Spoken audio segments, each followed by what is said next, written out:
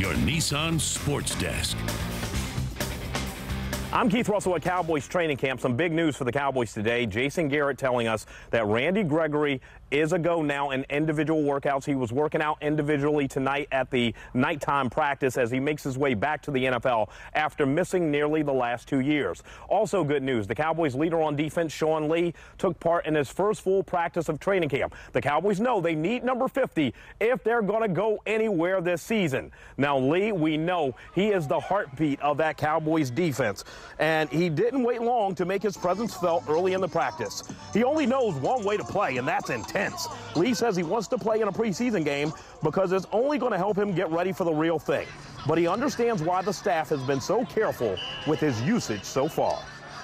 You want to be out with your teammates, and you know, the camp is about shared sacrifice, building together. And as a leader, you want to be out there. You know, for me, sometimes I understand that they want to make sure I keep things in perspective and stay healthy. I've had issues doing that.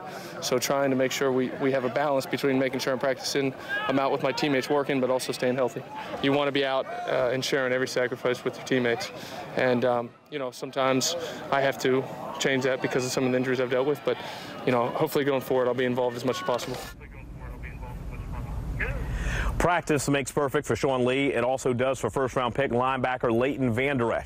His name, Vander. He realizes it doesn't quite roll off the tongue so easy for Cowboys fans right now, but he says there will come a time when it does. Now, we recently sat down with the Cowboys first-round pick after his first preseason game, and we talked about the start of his NFL career, where he was, where he is, and where he wants to be, and all his hobbies growing up. See the full story tomorrow night at 10 on CBS 11. But first, Leighton and his dad want you to know the desire he takes onto the field.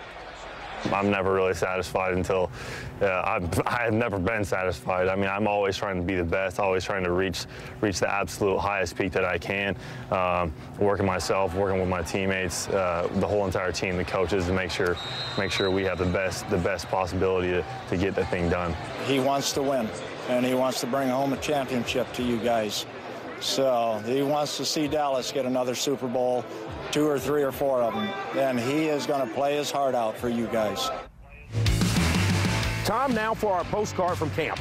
Cowboys 30-year safety, Kayvon Fraser, did not practice tonight, wearing a compression sleeve on his leg, but he still has reason to celebrate.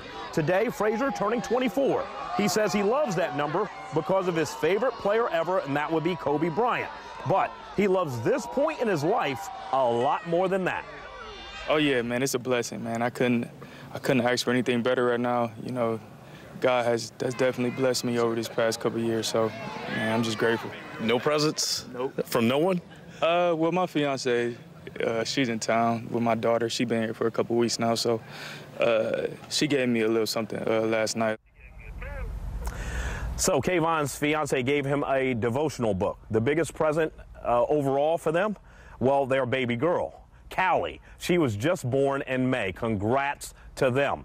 Coming up in just a few minutes, we sit down with Cowboys rookie receiver Michael Gallup, who continues to turn heads. But first, more news on the way.